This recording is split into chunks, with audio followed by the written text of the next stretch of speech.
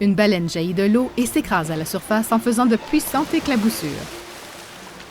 Les baleines passent le plus clair de leur temps au fin fond de la mer. Que font-elles quand on ne les voit pas? La baleine sort la queue de l'eau en plongeant. Eh bien, si on ne peut pas les voir, on peut peut-être les entendre. Parce que les baleines communiquent entre elles sur de très grandes distances à l'aide d'appels spéciaux sous l'eau. Une baleine sous la surface. Anisha et Hilary Moores Murphy, chercheuses. Le son est donc très important pour les baleines. Elles l'utilisent dans presque tout ce qu'elles font. Elles utilisent le son pour communiquer entre elles, pour l'accouplement, pour élever leurs petits. Elles l'utilisent aussi pour se déplacer ou pour se nourrir.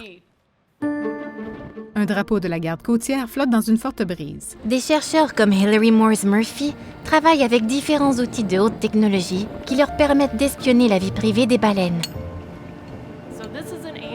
Donc, ceci est un amarre. C'est un enregistreur acoustique muni d'un hydrophone. Ceci, c'est un hydrophone. C'est juste un joli mot pour un microphone étanche. Donc, à quelle distance doit être la baleine pour que le microphone capte son appel? Ça dépend de l'espèce de la baleine. Donc, pour une grosse baleine qui produit des sons de basse fréquence, comme un rorqual bleu, qui émet des signaux à 20 Hz, nous pouvons probablement les capter jusqu'à plus de 100 km dans certains cas. Pour les baleines franches, une autre espèce qui nous intéresse beaucoup, nous captons probablement leurs appels jusqu'à environ 40 km.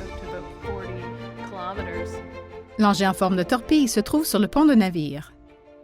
Un amarre peut être déployé loin des côtes, à de grandes profondeurs, et peut enregistrer durant de longues périodes. Il coule jusqu'au fond et est maintenu en place à l'aide de poids, mais il a aussi un flotteur. Donc, quand on sera prêt, les poids seront relâchés et il remontera à la surface. Celui-ci restera en mer pendant une année complète. Donc, pour l'instant, nous attendons. Dans un laboratoire, un appareil semblable à une torpille. Entre-temps, un autre outil que les chercheurs utilisent s'appelle un planeur Slocum. Tandis que l'amarre demeure ancrée au fond marin, ce planeur est constamment en mouvement. C'est un instrument qui nous permet de surveiller la colonne d'eau avec une aire assez grande qui nous permet d'obtenir des données, d'estimer quel habitat serait agréable ou essentiel pour les différentes espèces. Ceci, c'est ce qu'on appelle le CTP. Il mesure la température et la conductivité de l'eau pour obtenir sa salinité, c'est-à-dire pour savoir à quel point l'eau est salée. Comment se déplace-t-il dans l'eau? Le planeur Slocum a une pompe de flottabilité. Il n'a pas de propulseur. La pompe de flottabilité modifie la masse volumique du planeur. Donc, il le rend plus lourd ou plus léger. Il descend, la pompe bouge, et ensuite le planeur devient plus léger, et ensuite il remonte. Il continue de se déplacer comme ça. L'équipe du planeur sur le pont d'un navire. Nous nous apprêtons à déployer le planeur Slocum. Il s'appelle Bound, parce que son numéro de série est 007. Lorsque le planeur est en mer et qu'il revient à la surface, ses antennes sortent de l'eau et il peut trouver sa position GPS et se connecter au satellite Iridium qui tourne autour de la Terre afin de transmettre des données en temps quasi réel. 2 hommes soulèvent le planeur sur un chariot. Ils le transportent sur le côté du navire et le font basculer dans l'eau. Et ça, cette information-là, on peut l'envoyer à d'autres individus comme des embarcations qui sont dans les airs pour les avertir qu'il y a bel et bien une baleine présente dans cette aire-là.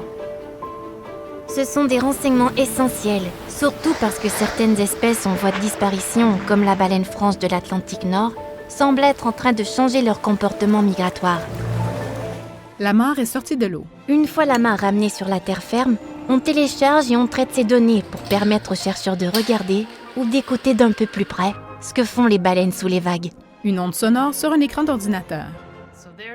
Donc, voilà l'appel de contact de notre baleine franche. On peut voir que l'appel commence à une fréquence plus basse et qu'il monte ensuite à une fréquence plus élevée. Anisha écoute l'enregistrement avec un casque.